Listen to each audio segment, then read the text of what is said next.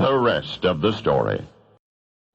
The April moon has risen, bathing the great river in its banks in spectral light, and for a timeless time the stillness of the night remained unbroken. And then a distant voice, urgent and echoing, "To the nets, men, the fish are running." And in moments the voices of other fishermen chimed like bells, answering the call, announcing to one and all, the season of spawning was upon them.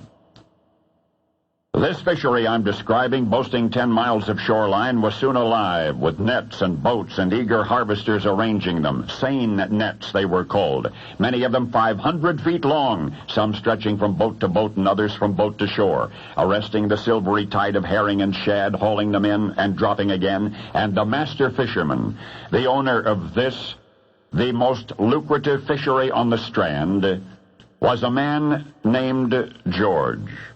And this is the rest of the story.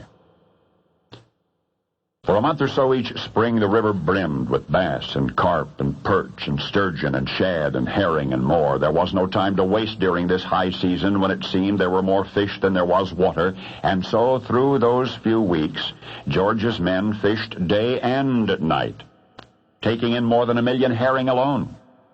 The restless threshing of the spawning fish sometimes transformed the water's surface into a vast expanse of gleaming white, an astonishing sight by moonlight, a vivid memory in quiet times.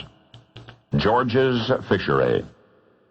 It included a packing plant from which his product was shipped all over the world. A product renowned for its quality, for it said that the barrels that bore his stamp brought twice the price of those from any other operation in the region. With 10 miles of shoreline, George's fishery harbored an amazing variety of vessels, sailors and schooners, and yawls, even a brigantine for voyages through open sea. And so did George love the deep that in the off-seasons he would often sail away by himself, sometimes for weeks at a time, sleeping on the deck of his craft beneath the stars and spending his days fishing. Could he return to his fishery today?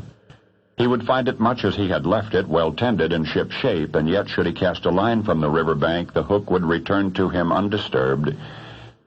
For the gleaming, teeming hordes are gone now, ensnared long ago in the unyielding net of pollution.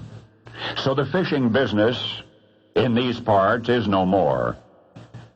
Yet don't let it be forgot that once upon a time, the April moon shone down and touched the churning waters with blue fire, and fishermen sang and hauled their nets and searched the majestic stream until dawn for a harvest then known and purchased and respected around the world.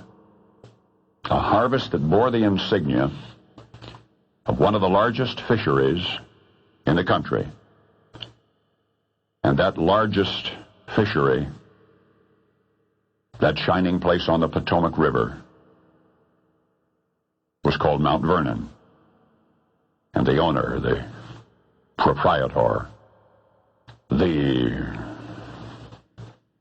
professional and amateur master fisherman was George Washington. And now you know the rest of the story.